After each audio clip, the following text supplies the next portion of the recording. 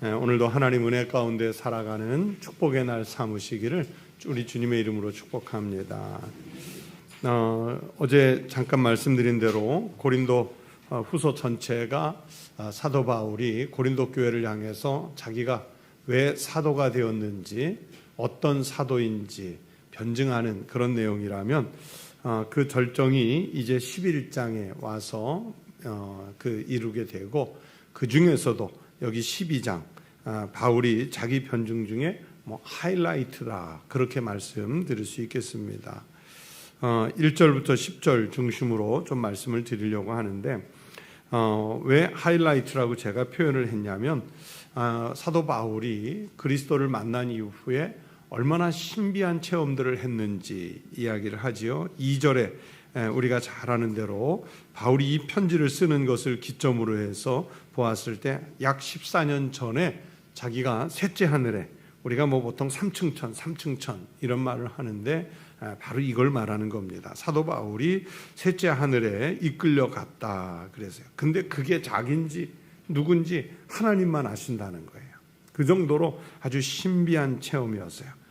아마 대부분의 사람들 같으면 우리가 내가 방언을 잘한다, 방언을 통역할 줄 안다, 내가 기도했더니 사람이 낫더라, 이런 신유의 은사가 나에게 있다, 또는 내가 환상을 보았다, 우리는 작은 자기의 성취, 은사, 자랑거리만 있어도 그거 속에 못 담아두고 자랑할 거예요. 그런데 바울은 이것도 내가 자랑하지 않았다. 다만 이걸 왜 자랑을 하느냐? 1절에 보면 무익하나마, 이런 자랑이 그렇게 대수겠느냐, 무슨 유익이 있겠느냐마는 나는 이것조차도 좀 부득불, 어쩔 수 없이, 할 수 없이 자랑을 하려고 한다. 그 자랑거리가 뭐냐? 내가 셋째 하늘까지도 하나님께서 보여주셔서 보고 왔다. 그 얘기를 하는 거예요. 왜 이 자랑거리를 하냐면, 이 고린도 교회 사람들이 거짓 교사들은 잘도 받아들이면서, 그렇죠? 용납하면서, 어제 표현대로.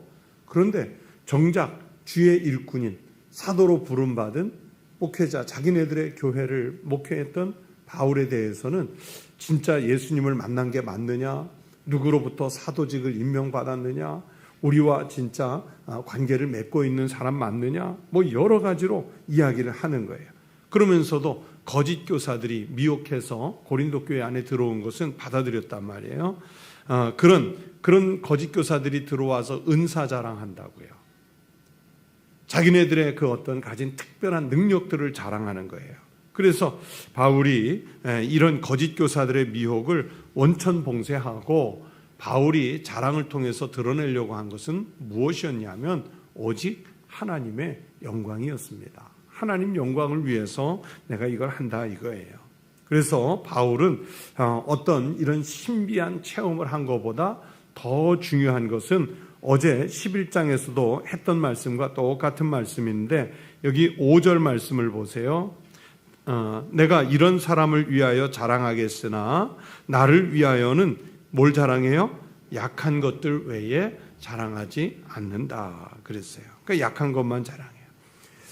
왜 그러느냐? 6절에 보면 내가 만일 자랑하고자 하여도 어리석은 자가 되지 아니할 것은 내가 참말을 함이라. 그러나 누가 나를 보는 바와 내게 듣는 바에 지나치게 생각할까 두려워하여 그만두노라. 자랑하고 싶어도 자랑해 놓으면요, 이제 바울이 전하는 진짜 복음의 말씀이 있지 않습니까? 복음은 잊어버리고 뭐만 기억하냐면 은사만 기억해요, 환상만 기억해요, 계시만 기억해요. 근데 그것보다 더 진짜 중요한 건 예수 그리스도 복음이거든요.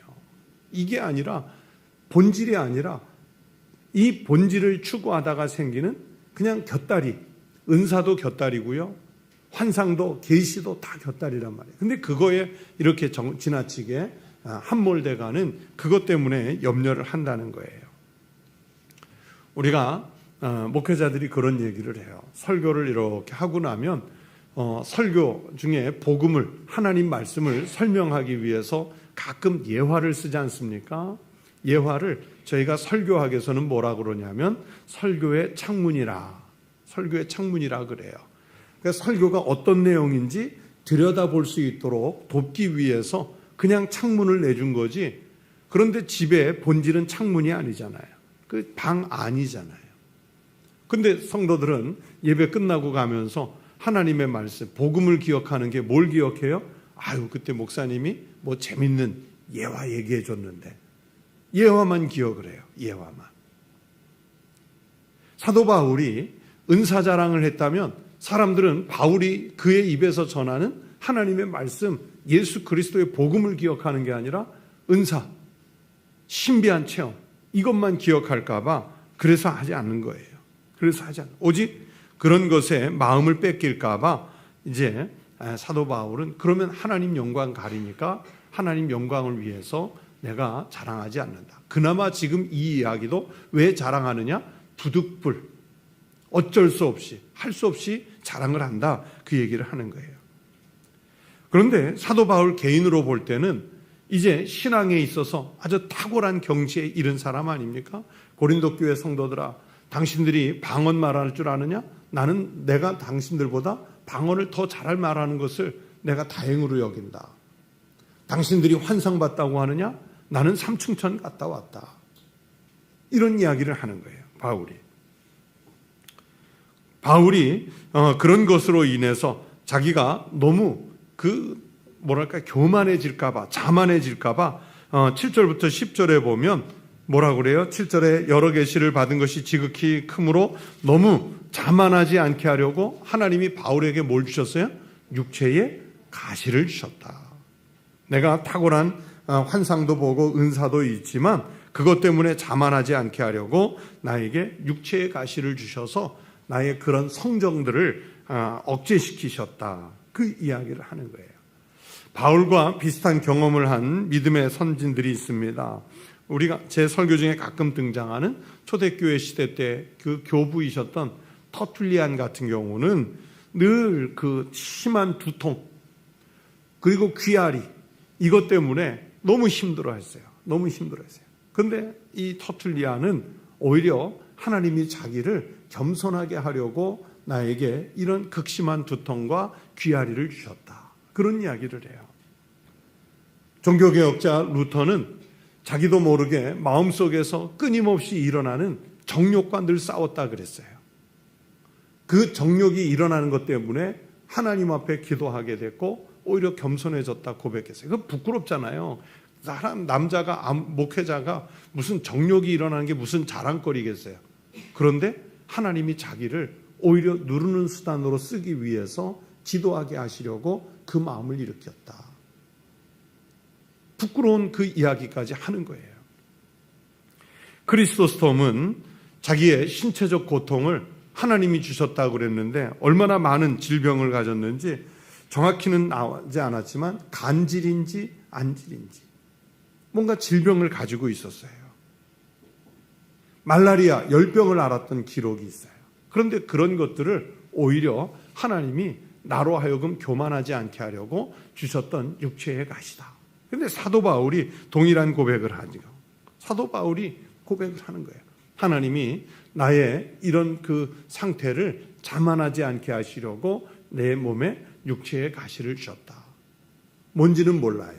많은 신학자들에 의해서 설명되는 것을 보면 바울이 예수님을 처음 만날 때 그때 그 빛이 너무 강해서 눈을 상해서 안지를 알았다. 또 자주 넘어지는 것으로 봐서 또는 간지를 알았을 것이다. 바울이 안지를 알았는지 간지를 알았는지 정말 궁금하시면 예수 잘 믿다가 천국 가서 확인하세요. 그게 중요한 것은 아니에요. 자기가 평생을 살면서 얼마나 고통스러웠겠어요. 떨어지지 않는 그 질병 때문에. 그런데 오히려 뭐라고 고백합니까? 9절에 내 은혜가 내게 족하다.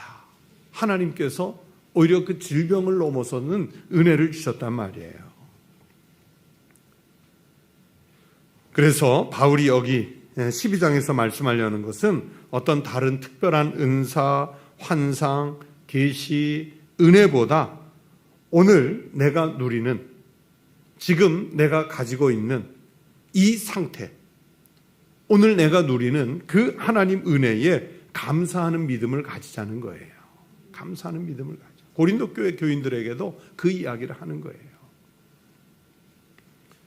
그리고 우리가 믿음 생활하면서 여러분, 우리라고 은사 없겠습니까? 우리라고 직분이 없겠습니까? 우리라고 특별한 생각 가진 게 없겠습니까? 그러나 그 받은 은사를 자랑하지는 마십시다. 그걸 자랑하기보다는 바울이 오늘 고백하는 것처럼 더 낮아지고 더 겸손해질 때, 그때 하나님이 우리에게 큰 은혜를 주실 줄로 믿습니다. 아무리 탁월한 삼층천도 결코 복음보다는 앞서지 않는다. 어떤 내가 특별한 은사를 가졌을지라도 그 은사가 결코 복음보다는 앞서지 않는다. 그 은사를 자랑하기보다는 하나님 영광을 위해 복음을 자랑하면서 살아가는 믿음의 성도가 되시기를 바랍니다. 그리고 내가 오히려 약해졌을 때, 그때 하나님이 나의 그 약함을 통해 나타나시는 은혜를 감사하시기를 바랍니다. 여러분, 이스라엘 백성들이 광야길 갈 때 진짜 약했잖아요. 사람만 200만 명 있었지 자기네가 거기서 물을 얻어낼 수 있습니까? 양식을 얻어낼 수 있었겠습니까? 그들이 전쟁한다고 아말렉이나 또는 애굽과 싸워 이길 수 있었겠습니까? 아무것도 할 수 없는 무기력한 상태가 약한 곳 광야였습니다. 그렇기 때문에 하나님 은혜를 구해서 물이 필요하면 물을 주시고, 또 양식이 필요하면 만나나 고기를 내려주시고, 전쟁을 해야 할 때는 이길 수 있는 힘을 하나님이 주시지 않습니까? 어디에서? 가장 약해진 곳, 그 광야에서. 오늘 우리가 사는 곳에서 광야 같은 세상에 살지만 우리가 바울이 고백하는 것처럼 약해졌을 때, 약한 것 자랑할 때 오히려 하나님 은혜로 덧입혀 주시는 은혜를 누리게 될 줄로 믿습니다. 이 채워주시는 은혜로 오늘도 감사하게 살아갈 수 있는 믿음의 성도가 되시기를 주의 이름으로 축원합니다. 기도하겠습니다. 하나님 아버지, 감사합니다. 우리가 너무 지나치게 내가 가진 은사, 내가 세상에서 취득한 것, 내가 남들보다 더 가진 것, 그것 자랑하면서 살고 있는 불쌍한 인생은 아닌지 돌아보게 하여 주시옵소서. 오히려 하나님 앞에서 우리의 약한 것을 자랑할 수 있게 하시고, 심지어 내 몸에 육체의 가치를 가졌을지라도 그것조차도 하나님 영광을 위해서라면 그 약함이 오히려 자랑이 되게 하여 주시옵소서. 약할 때 강하게 하시는, 가난할 때 부요하게 하시는, 낮아질 때 높여주시는 하나님 은혜로 살게 하여 주시옵소서. 오늘도 새벽을 깨워서 기도하는 우리 성도들의 기도와 간구와 도구와 감사의 제목들을 들으시고 응답하여 주시옵소서. 또 나라와 민족을 위해, 교회를 위해, 선교지를 위해 하나님 앞에 기도할 때 우리의 기도가 땅에 버려지지 않고 향내나는 연기되어 주님 보좌에 닿아 주님이 가장 적절한 것으로 응답하시는 축복을 누리게 하여 주시옵소서. 이 시간 주님께 감사의 예물과 또 성전 건축의 예물을 드리는 손길들이 있습니다. 여기에 담긴 기도의 제목을 들으시고 응답하여 주시옵소서. 축복하여 주시옵소서. 예수 그리스도의 이름으로 감사하며 기도드리옵나이다. 아멘.